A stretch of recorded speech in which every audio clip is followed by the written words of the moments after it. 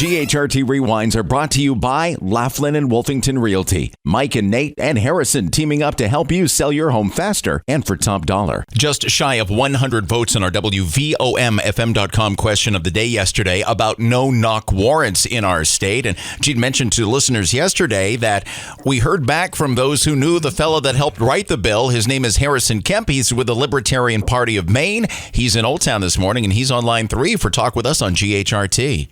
Hi, Harrison.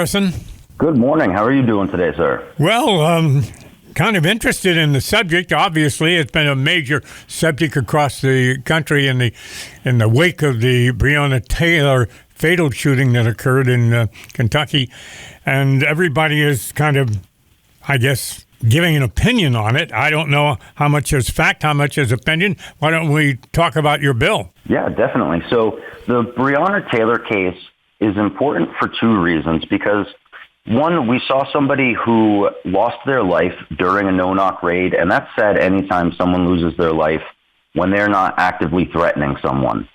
But what is even more troubling to a lot of people, and that I don't think a lot of people realize, is during that raid, her boyfriend was actually shooting at police officers.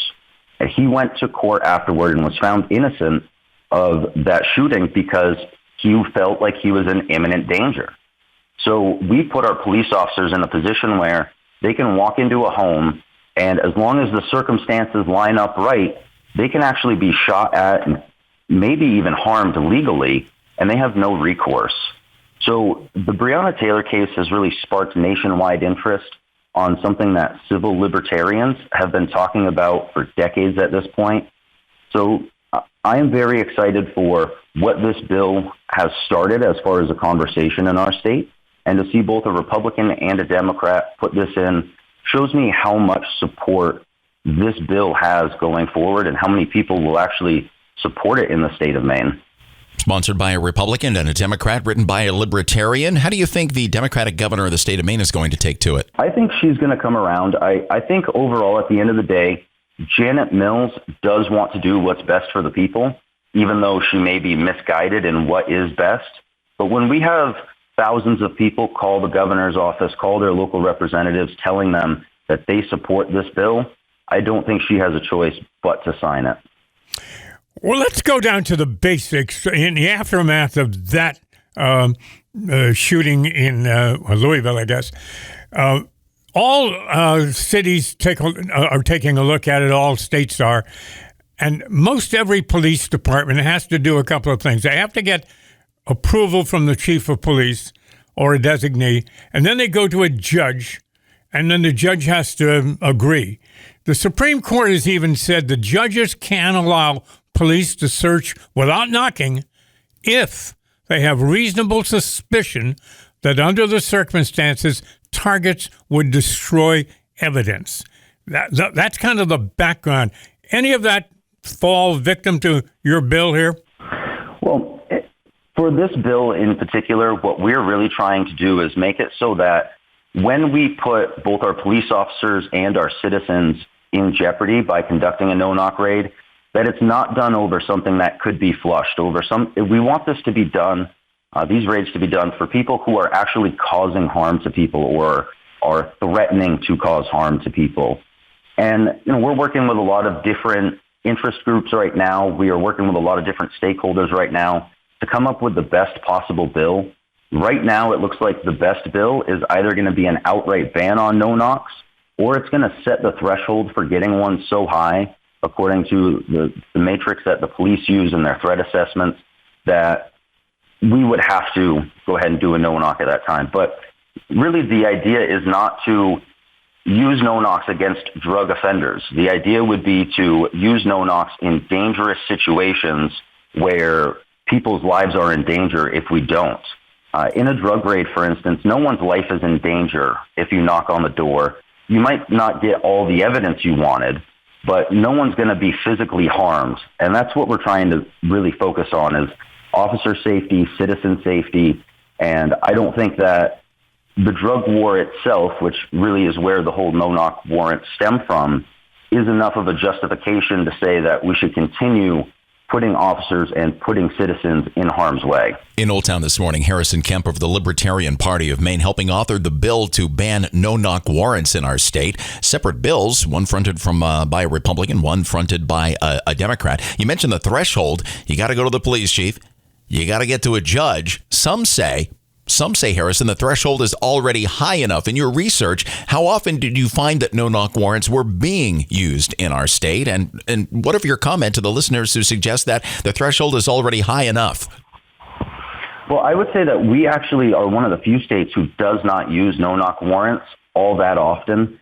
So we're kind of in a perfect position right now to set how we want no-knocks going forward to be conducted.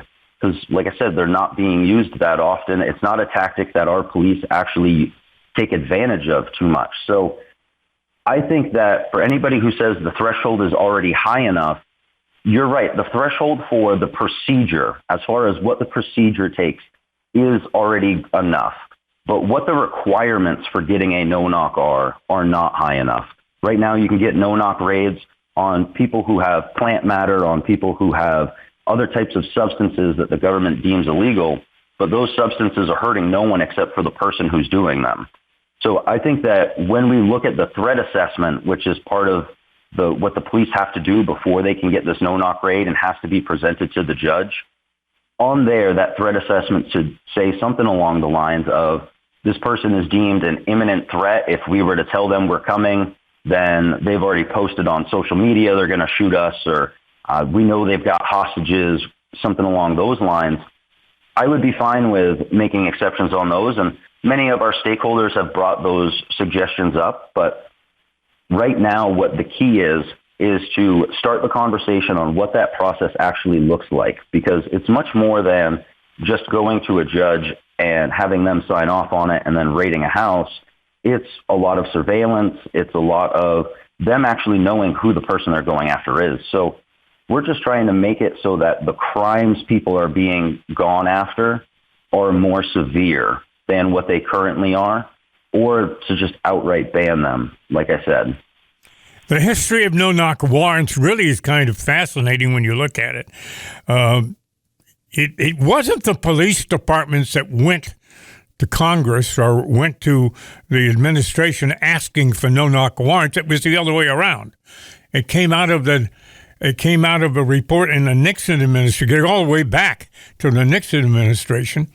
And we had a whole bunch of drug raids going on. Then it got banned, and then it came back again. So it isn't like this has always been the gold standard. It hasn't been at all. It's been controversial from day one.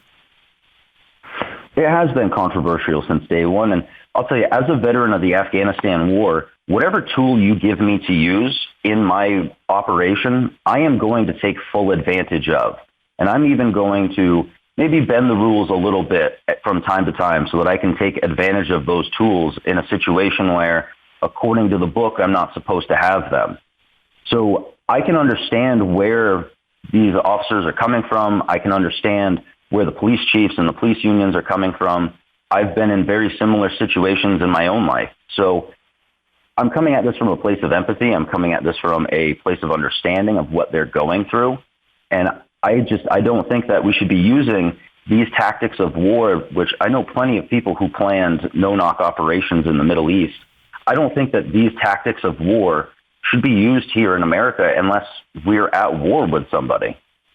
You mentioned talking about the police and talking about the chief and talking about the judge. Did you talk to the police chief? Did you talk to law enforcement officers? Did you talk to anyone who wears a robe and carries a gavel when crafting this law? We are still in communication with all of them, and we haven't received any formal endorsements from them. So at this time, I'm not comfortable naming names, but yes, we have spoke with many members of the law enforcement community, whether they are police, judges, probation officers. We have spoken with plenty of them, and those conversations are still ongoing.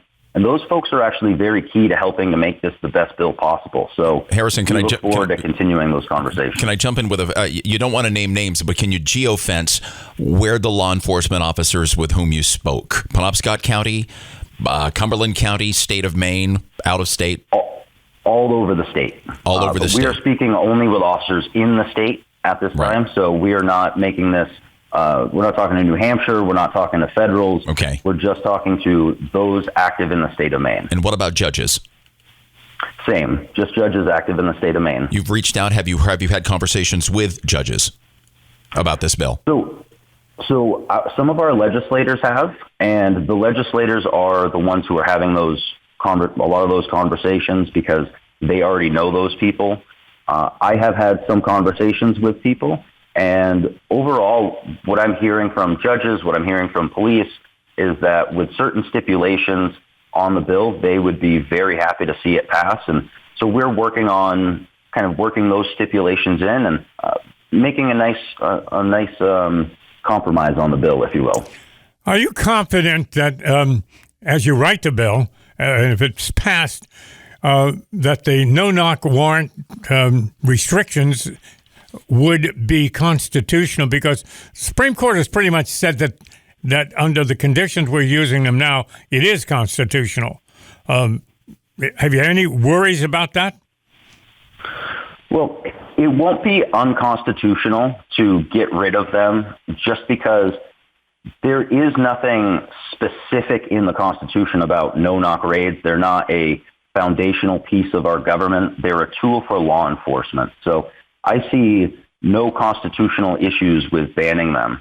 Harrison, the inevitable text message arrives from a listener. You stated that in the state of Maine, seldom if ever used. I know some argue that we want to get ahead of such things. Is this a solution looking for a problem? No, actually, it's a solution to avoid a problem.